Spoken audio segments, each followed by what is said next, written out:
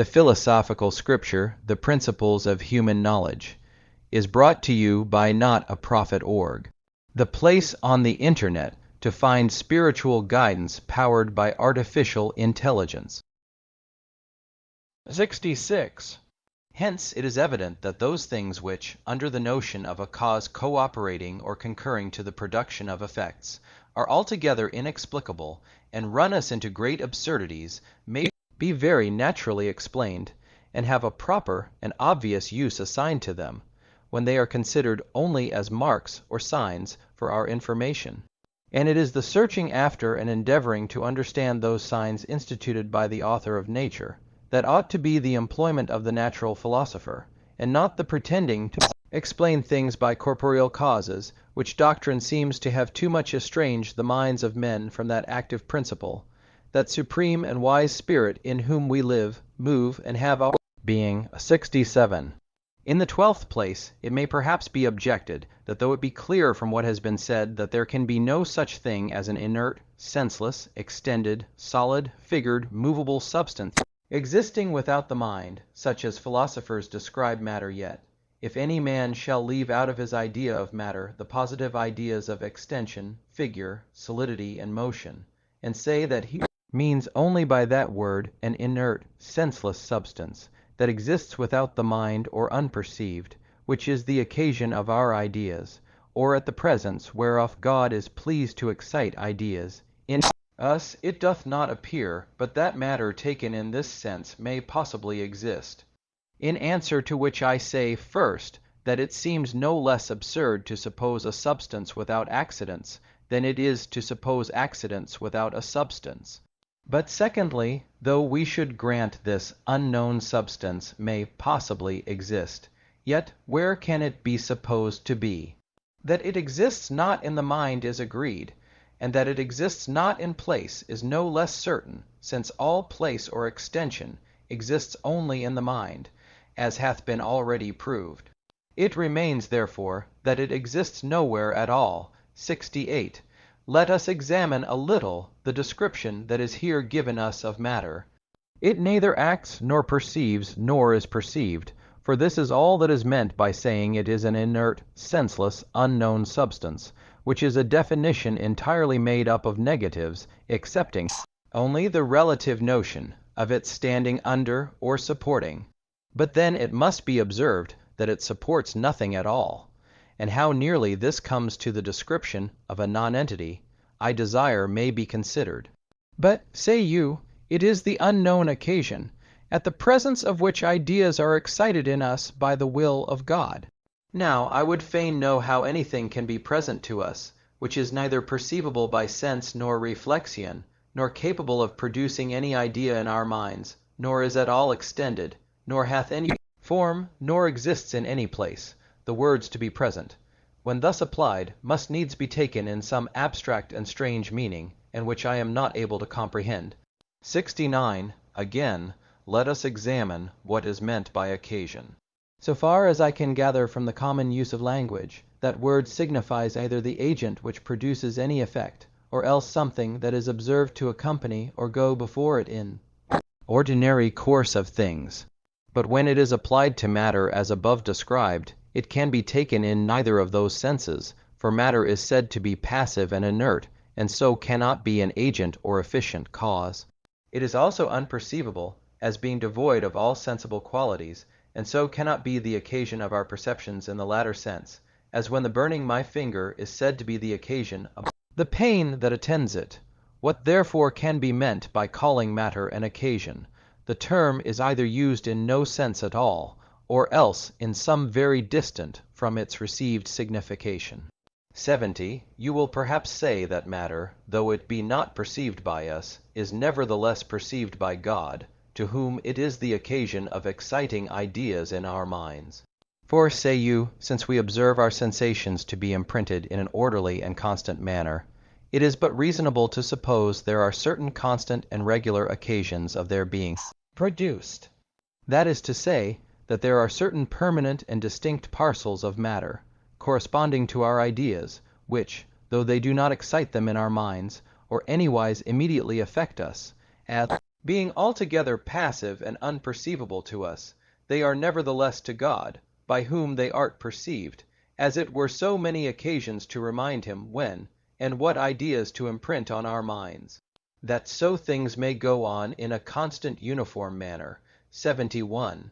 In answer to this, I observe that, as the notion of matter is here stated, the question is no longer concerning the existence of a thing distinct from spirit and idea, from perceiving and being perceived, but whether there are not certain ideas of I know not what sort, in the mind of God, which are so many marks or notes that direct him how to produce sensations in our minds in a constant and regular method, much after the same manner as a musician is directed by the notes of music to produce that harmonious train and composition of sound which is called a tune, though they who hear the music do not perceive the notes, and may be entirely ignorant of them.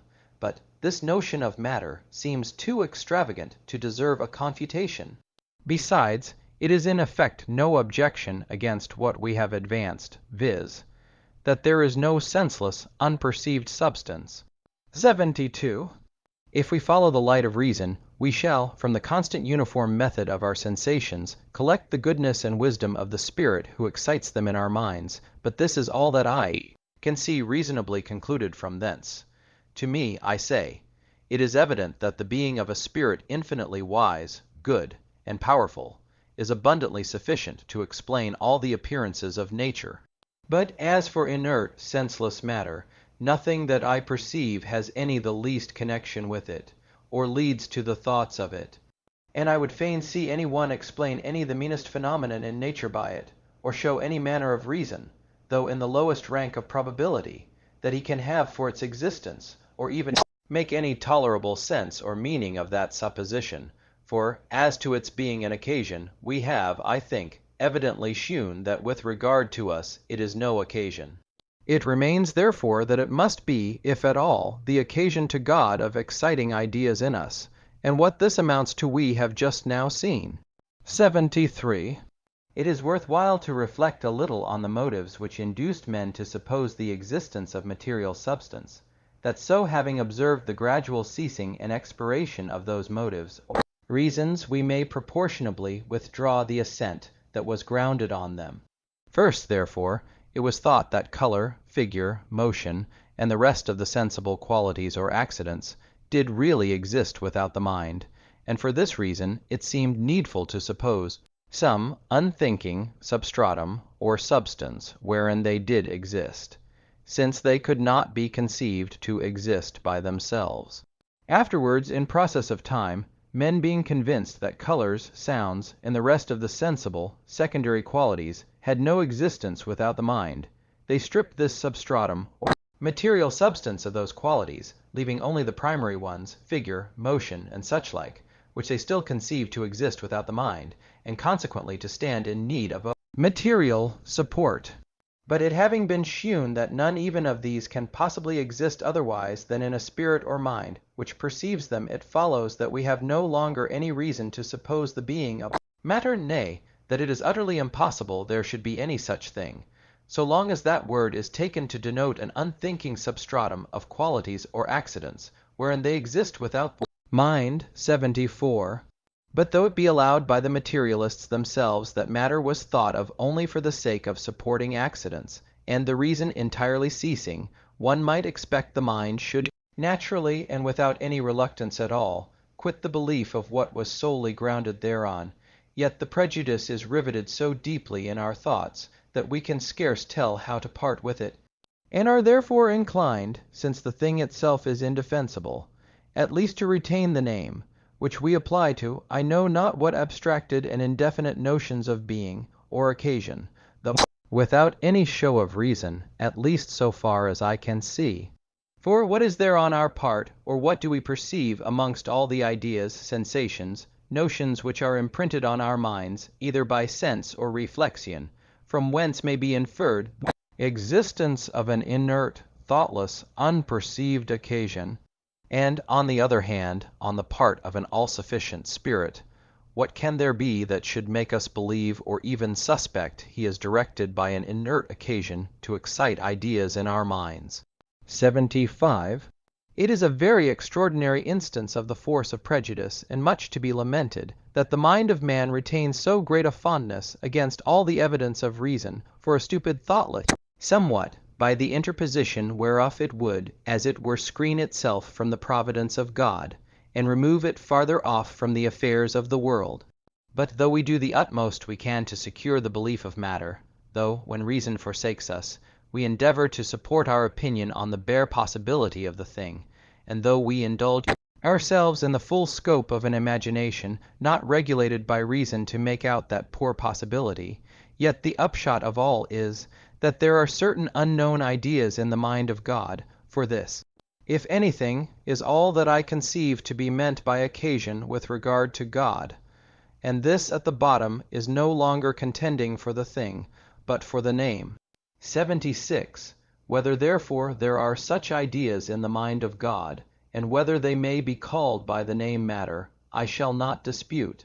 But if you stick to the notion of an unthinking substance or support of extension, motion, and other sensible qualities, then to me it is most evidently impossible there should be any such thing, since it is a plain repugnancy that those qualities should exist in, or be supported by an unperceiving substance. 77. But say you, though it be granted that there is no thoughtless support of extension and the other qualities or accidents which we perceive, yet there may perhaps be some inert, unperceiving substance or substratum of some other qualities, as incomprehensible to us as colors are to a man born blind, because we have not a sense adapted to them. But if we had a new sense, we should possibly no more doubt of their existence than a blind man made to see does of the existence of light and colors. I answer, first, if what you mean by the word matter be only the unknown support of unknown qualities, it is no matter whether there is such a thing or no, since it no way concerns us, and I do not see the advantage there is in disputing about what we know not what, and we know not why. 78. But secondly, if we had a new sense, it could only furnish us with new ideas or sensations, and then we should have the same reason against their existing in an unperceiving substance that has been already offered with relation to figure, motion, color, and the like.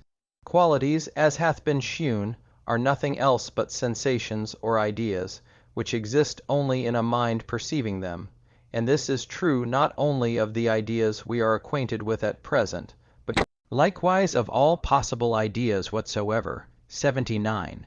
But you will insist, what if I have no reason to believe the existence of matter?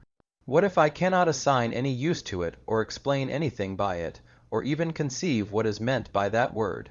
Yet still it is no contradiction to say that matter exists, and that this matter is in general a substance, or occasion of ideas, though indeed to go about to unfold the meaning or adhere to any particular explication of those words may be attended with great difficulties.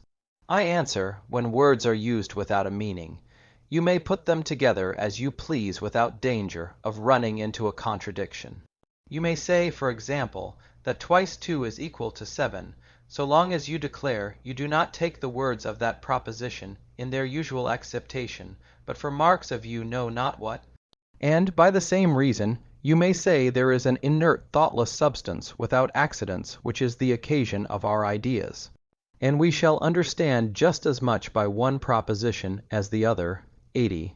In the last place, you will say, what if we give up the cause of material substance, and stand to it that matter is an unknown somewhat neither substance nor accident, spirit nor idea, inert, thoughtless, indivisible, immovable, unextended, existing in no place? For, say you, whatever may be urged against substance or occasion, or any other positive or relative notion of matter, hath no place at all, so long as this negative definition of matter is adhered to. I answer, you may, if so it shall seem good, use the word matter in the same sense as other men use nothing, and so make those terms convertible in your style. For after all, this is what appears to me to be the result of that definition, the parts whereof when I consider with attention, either collectively or separate from each other, I do not find that there is any kind of effect or impression made on my mind different from what is excited by the term nothing. 81. You will reply, perhaps, that in the said definition is included what doth sufficiently distinguish it from nothing, the positive abstract idea of quiddity, entity, or existence.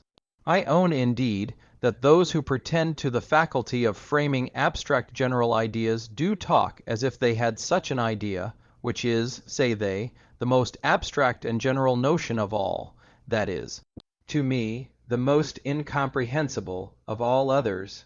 That there are a great variety of spirits of different orders and capacities, whose faculties both in number and extent are far exceeding those the author of my being has bestowed on me, I see no reason to deny, and for me to pretend to determine by my own few, stinted narrow inlets of perception, what ideas the inexhaustible power of the Supreme Spirit may imprint upon them were certainly the utmost folly and presumption, since there may be, for aught that I know, innumerable sorts of ideas or sensations, as different from one another, and from all that I have perceived, as colors are from sounds. But how ready soever I may be to acknowledge the scantiness of my comprehension with regard to the endless variety of spirits and ideas that may possibly exist, yet for any one to pretend to a notion of entity or existence abstracted from spirit and idea, from perceived and being perceived, is, I suspect, a downright repugnancy and trifling with words. It remains that we consider the objections which may possibly be made on the part of religion. 82. Some there are who think that, though the arguments for the real existence of bodies which are drawn from reason be allowed not to amount to demonstration, yet the Holy Scriptures are so clear in the point as will sufficiently convince every good Christian that bodies do really exist, and are something more than mere ideas, there being in Holy Writ innumerable facts related which evidently suppose the reality of timber and stone, mountains and rivers and cities, and human bodies. To which I answer that no sort of writings whatever, sacred or profane, which use those and the like words in the vulgar acceptation, or so as to have a meaning in them, are in danger of having their truth called in question by our doctrine. That all those things do really exist, that there are bodies, even corporeal substances, when taken in the vulgar sense, has been shewn to be agreeable to our principles, and the difference betwixt things and ideas, realities and chimeras, has been distinctly explained. See sect 29, 30, 33, 36, and c. And I do not think that either what philosophers call matter, or the existence of objects without the mind, is anywhere mentioned in Scripture. 83.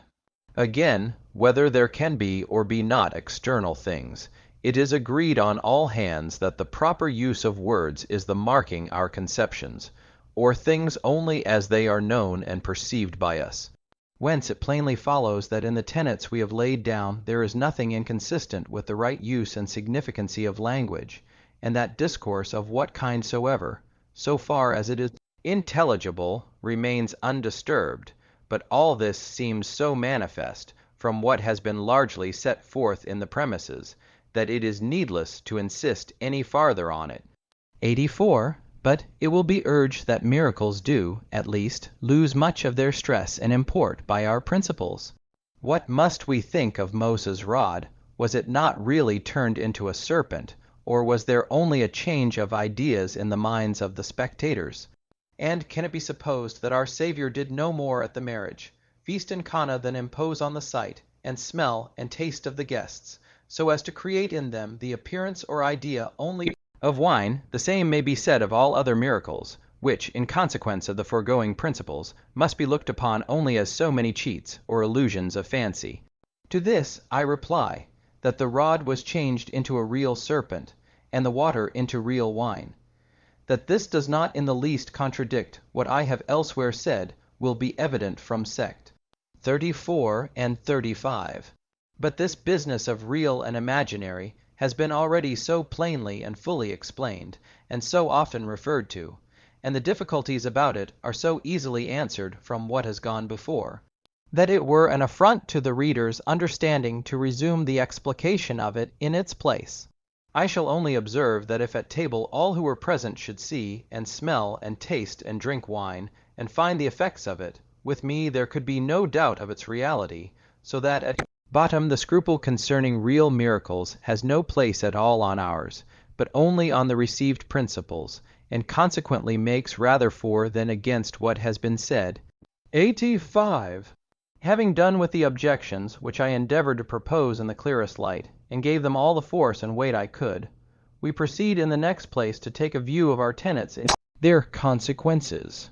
Some of these appear at first sight as that several difficult and obscure questions on which abundance of speculation has been thrown away are entirely banished from philosophy.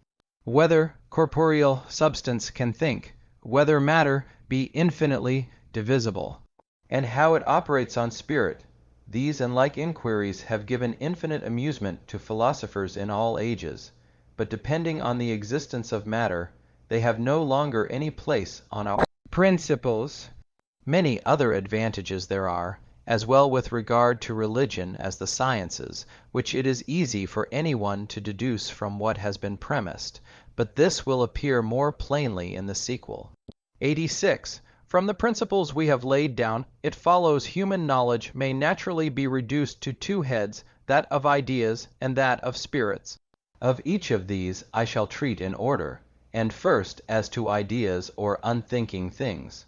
Our knowledge of these has been very much obscured and confounded, and we have been led into very dangerous errors, by supposing a twofold existence of the objects of sense, the one intelligible, or in the mind, the other real and without the mind, whereby unthinking things are thought to have a natural subsistence of their own distinct from being perceived by spirits. This, which, if I mistake not, hath been shewn to be a most groundless and absurd notion, is the very root of skepticism, for, so long as men thought that real things subsisted without the mind, and that their knowledge was only so far forth real as it was conformable to real things, it follows they could not be certain they had any real knowledge at all. For how can it be known that the things which are perceived are conformable to those which are not perceived, or exist without the mind? 87. Color, figure, motion, extension, and the like, considered only as so many sensations in the mind, are perfectly known, there being nothing in them which is not perceived. But if they are looked on as notes or images, referred to things or archetypes existing without the mind, then are we involved all in skepticism. We see only the appearances, and not the real qualities of things. What may be the extension, figure, or motion of anything really and absolutely, or in itself, it is impossible for us to know, but only the proportion or relation they bear to our senses. Things remaining the same, our ideas vary, and which of them, or even whether any of them at all, represent the true quality really existing in the thing, it is out of our reach to determine. So that, for aught we know, all we see, hear, and feel may be only phantom and vain chimera, and not at all agree with the real things existing in rerum natura. All this skepticism follows from our supposing a difference between things and ideas, and that the former have a subsistence without the mind or unperceived. It were easy to dilate on this subject, and show how the arguments urged by skeptics in all ages depend on the supposition of external objects. 88. So long as we attribute a real existence to unthinking things, distinct from their being perceived, it is not only impossible for us to know with evidence the nature of any real unthinking being, but even that it exists. Hence it is that we see philosophers distrust their senses, and doubt of the existence of heaven and earth, of everything they see or feel, even of their own bodies. And, after all their labor and struggle of thought, they are forced to own we cannot attain to any self-evident or demonstrative knowledge of the existence of sensible things. But all this doubtfulness, which so bewilders and confounds the mind, and makes philosophy ridiculous in the eyes of the world, vanishes if we annex a meaning to our words, and not amuse ourselves with the terms absolute, external, exist, and such, like, signifying we know not what. I can as well doubt of my own being as of the being of those things which I actually perceive by sense, it being a manifest contradiction that any sensible object should be immediately perceived by sight, or touch, and at the same time have no existence in nature, since the very existence of an unthinking being consists in being perceived. 89. Nothing seems of more importance towards erecting a firm system of sound and real knowledge, which may be proof against the assaults of skepticism, than to lay the beginning in a distinct explication of what is meant by thing, reality, existence. For in vain shall we dispute concerning the real existence of things, or pretend to any knowledge thereof, so long as we have not fixed the meaning of those words. Thing or being is the most general name of all. It comprehends under it two kinds entirely distinct and heterogeneous, and which have nothing common but the name, viz., spirits and ideas. The former are active, indivisible substances, the latter are inert, fleeting, dependent beings, which subsist not by themselves, but are supported by, or exist in minds or spiritual substances. We comprehend our own existence by inward feeling or reflexion, and that of other spirits by reason. We may be said to have some knowledge or notion of our own minds, of spirits and active beings, whereof in a strict sense we have not ideas. In like manner, we know and have a notion of relations between things or ideas, which relations are distinct from the ideas or things related, inasmuch as the latter may be perceived by us without our perceiving the former.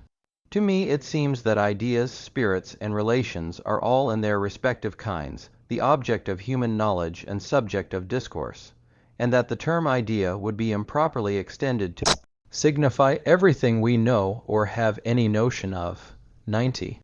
Ideas imprinted on the senses are real things, or do really exist. This we do not deny, but we deny they can subsist without the minds which perceive them, or that they are resemblances of any archetypes existing without the mind, since the very being of a sensation or idea consists in being perceived, and an idea can be like nothing but an idea. Again, the things perceived by sense may be termed external, with regard to their origin, in that they are not generated from within by the mind itself, but imprinted by a spirit distinct from that which perceives them. Sensible objects may likewise be said to be without the mind, in another sense, namely when they exist in some other mind. Thus, when I shut my eyes, the things I saw may still exist, but it must be in another mind. 91. It were a mistake to think that what is here said derogates in the least from the reality of things. It is acknowledged, on the received principles, that extension, motion, and, in a word, all sensible qualities have need of a support, as not being able to subsist by themselves. But the objects perceived by sense are allowed to be nothing but combinations of those qualities, and consequently cannot subsist by themselves. Thus far it is agreed on all hand, so that in denying the things perceived by sense an existence independent of a substance of support wherein they may exist, we detract nothing from the received opinion of their reality, and are guilty of no innovation in that respect. All the difference is that, according to us, the unthinking beings perceived by sense have no existence distinct from being perceived, and cannot therefore exist in any other substance than those unextended indivisible substances or spirits which act and think and perceive them, whereas philosophers vulgarly hold that the sensible qualities do exist in an inert, extended, unperceiving substance which they call matter, to which they attribute a natural subsistence, exterior to all thinking beings, or distinct from being perceived by any mind whatsoever, even the eternal mind of Creator, wherein they suppose only ideas of the corporeal substances created by him, if indeed they allow them to be at all created. 92. For, as we have shewn the doctrine of matter or corporeal substance to have been the main pillar and support of skepticism, so likewise upon the same foundation have been raised all the impious schemes of atheism and irreligion. Nay, so great a difficulty has it been thought to conceive matter produced out of nothing, that the most celebrated among the ancient philosophers, even of those who maintained the being of a god, have thought matter to be uncreated and co-eternal with him. How great a friend material substance has been to atheists in all ages were needless to relate. All their monstrous systems have so visible and necessary a dependence on it, that when this corner stone is once removed, the whole fabric cannot choose but fall to the ground, insomuch that it is no longer worth while to bestow a particular consideration on the absurdities of every wretched sect of atheists. 93. That impious and profane persons should readily fall in with those systems which favor their inclinations, by deriding immaterial substance, and supposing the soul to be divisible and subject to corruption as the body, which exclude all freedom, intelligence, and design from the formation of things, and instead thereof make a self-existent, stupid, unthinking substance, the root and origin of all beings, that they should hearken to those who deny a providence, or inspection of a superior mind over the affairs of the world, attributing the whole series of events either to blind chance or fatal necessity arising from the impulse of one body or another. All this is very natural. And on the other hand, when men of better principles observe the enemies of religion lay so great a stress on unthinking matter, and all of them use so much industry and artifice to reduce everything to it, methinks they should rejoice to see them deprived of their grand support, and driven from that only fortress without which your Epicureans, Hobbists, and the like, have not even the shadow of a pretense, but become the most cheap and easy triumph in the world. 94. The existence of matter, or bodies unperceived, has not only been the main support of atheists and fatalists, but on the same principle doth idolatry likewise in all its various forms depend. Did men but consider that the sun, moon, and stars, and every other object of the senses, are only so many sensations in their minds, which have no other existence but barely being perceived, doubtless they would never fall down and worship their own ideas, but rather address their homage to that eternal invisible mind which produces and sustains all things. 95. The same absurd principle, by mingling itself with the articles of our faith, has occasioned no small difficulties to Christians. For example, about the resurrection. How many scruples and objections have been raised by Socinians and others? But do not the most plausible of them depend on the supposition that a body is denominated the same, with regard not to the form or that which is perceived by sense, but the material substance, which remains the same under several forms? Take away this material substance, about the identity whereof all the dispute is, and mean by body what every plain ordinary person means by that word, to wit, that which is immediately seen, and felt, which is only a combination of sensible qualities or ideas, and then their most unanswerable objections come to nothing. 96. Matter being once expelled out of nature drags with it so many skeptical and impious notions, such an incredible number of disputes and puzzling questions, which have been thorns in the sides of divines as well as philosophers, and made so much fruitless work for mankind, that if the arguments we have produced against it are not found equal to demonstration, as to me, they evidently seem. Yet I am sure all friends to knowledge, peace, and religion have reason to wish they were. 97. Beside the external existence of the objects of perception, another great source of errors and difficulties with regard to ideal knowledge is the doctrine of abstract ideas, such as it hath been set forth in the introduction. The plainest things in the world, those we are most intimately acquainted with and perfectly know, when they are considered in an abstract way, appear strangely difficult and incomprehensible. Time, place, and motion, taken in particular or concrete, are what everybody knows, but having passed through the hands of a metaphysician, they become too abstract and fine to be apprehended by men of ordinary sense. Bid your servant meet you at such a time in such a place, and he shall never stay to deliberate on the meaning of those words, in conceiving that particular time and place, or the motion by which he is to get thither, he finds not the least difficulty. But if time be taken exclusive of all those particular actions and ideas that diversify the day, merely for the continuation of existence or duration in abstract, then it will perhaps gravel even a philosopher to comprehend it. 98. For my own part, whenever I attempt to frame a simple idea of time, abstracted from the succession of ideas in my mind, which flows uniformly and is participated by all beings, I am lost and embrangled in inextricable difficulties. I have no notion of it at all. only I hear others say it is infinitely divisible, and speak of it in such a manner as leads me to entertain odd thoughts of my existence, since that doctrine lays one under an absolute necessity of thinking, either that he passes away innumerable ages without a thought, or else that he is annihilated every moment of his life, both which seem equally absurd.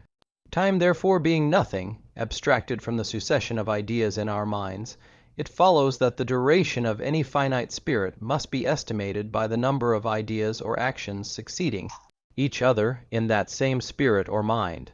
Hence, it is a plain consequence that the soul always thinks, and in truth whoever shall go about to divide in his thoughts, or abstract the existence of a spirit from its cogitation, will, I believe, find it no easy task. 99.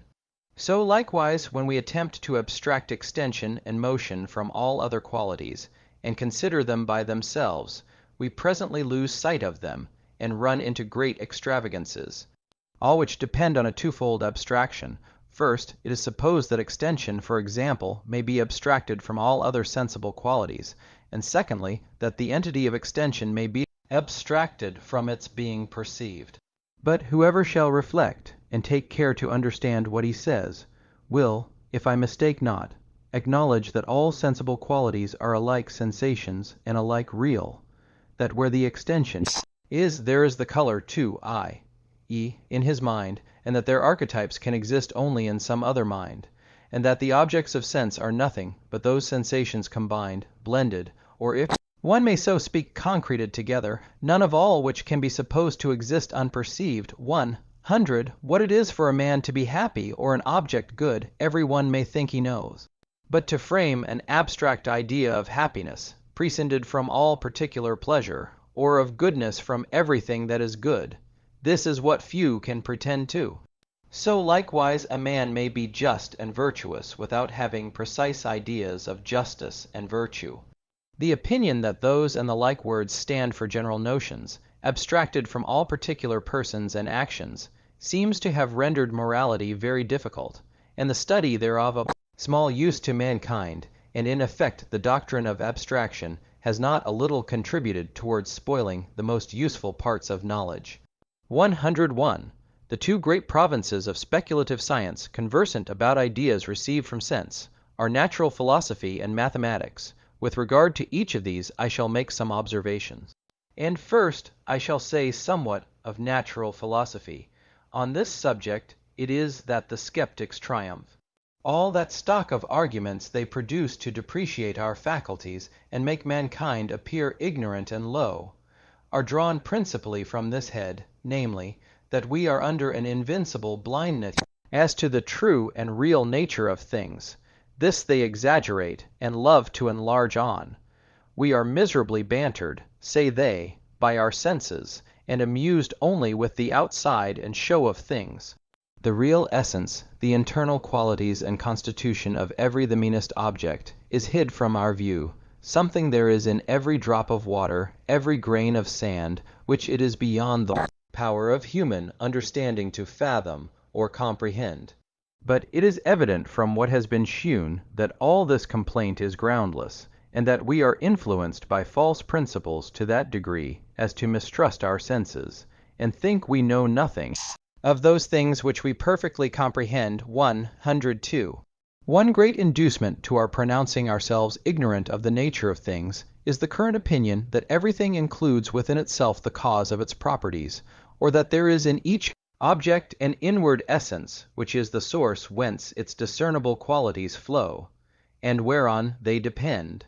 Some have pretended to account for appearances by occult qualities, but of late they are mostly resolved into mechanical causes, to wit, the figure, motion, weight, and such-like qualities of insensible particles, whereas in truth there is no other agent or efficient cause than spirit, it being evident that motion, as well as all other ideas, is perfectly inert. See sect. 25. Hence, to endeavor to explain the production of colors or sounds, by figure, motion, magnitude, and the like, must needs be labor in vain. And accordingly, we see the attempts of that kind are not at all satisfactory. which may be said in general of those instances where an one idea or quality is assigned for the cause of another. I need not say how many hypotheses and speculations are left out, and how much the study of nature is abridged by this doctrine.